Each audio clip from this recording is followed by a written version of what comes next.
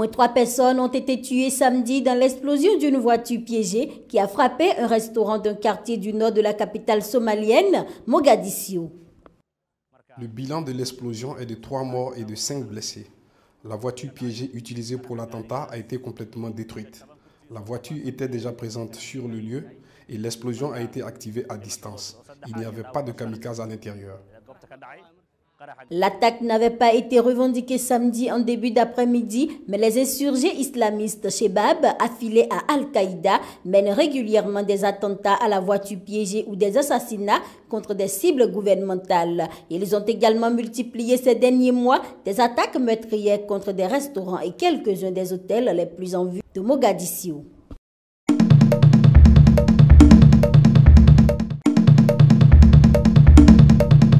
L'opposition djiboutienne a dénoncé samedi un hold-up électoral au lendemain de la victoire écrasante du président Ismaël Omar Guelleh, réélu sans surprise pour un 4e mandat consécutif de 5 ans.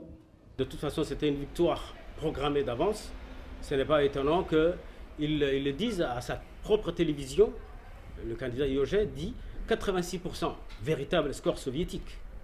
Véritable score soviétique dans la mesure où la réalité est tout autre, dans la mesure où les gagnants dans cette histoire, pour IOG, c'est un échec politique, mais les gagnants dans cette histoire, ce sont le peuple de Djibouti qui massivement ont boycotté. Pendant le scrutin vendredi, plusieurs candidats ont affirmé que certains de leurs délégués avaient été empêchés de se rendre dans leur bureau de vote.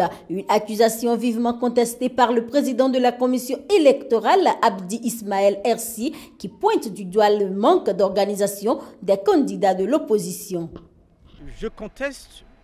Le vote qui m'a été attribué n'est nullement la réalité. Son score de 87% est très loin de la réalité. Il a utilisé les services de l'État, l'administration, l'armée, la police, la gendarmerie. Ils ont violenté des délégués qui étaient à mon bureau. Ils les ont expulsés, ils les ont frappés. Le chef de l'État qui préside depuis 17 ans d'une main de fer les destinées de ce petit pays hautement stratégique de la Corne de l'Afrique est crédité de 86,68% des voix, un score encore plus écrasant qu'en 2011 où il avait déjà été réélu au premier tour avec 80% des suffrages.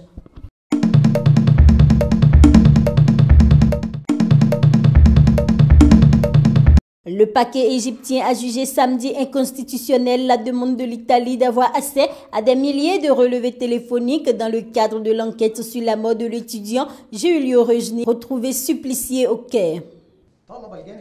Le côté italien a demandé à ce que l'Égypte lui apporte les données téléphoniques de tous les abonnés des 3 endroits. La résidence de Regeni, l'endroit où il a été et l'endroit où on a retrouvé son corps.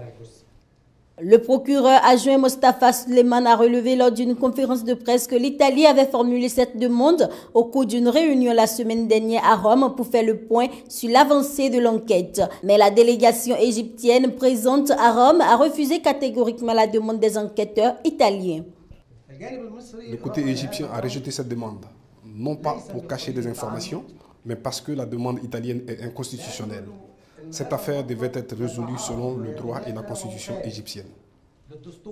L'Italie a annoncé vendredi avoir appelé son ambassadeur en Égypte pour protester contre le manque de progrès dans l'enquête sur l'assassinat de l'étudiant italien. Le jeune doctorant à l'université britannique de Cambridge avait disparu alors qu'il se rendait dans une station de métro en plein centre du Caire le 25 janvier, jour où la capitale quasiment déserte en dehors d'impressionnants dispositifs policiers et militaires commémorait le 5e anniversaire de la révolte ayant chassé Hosni Moubarak du pouvoir. Il avait été retrouvé mort dans un fossé 10 jours plus tard, le corps couvert des stigmates de tortures épouvantables.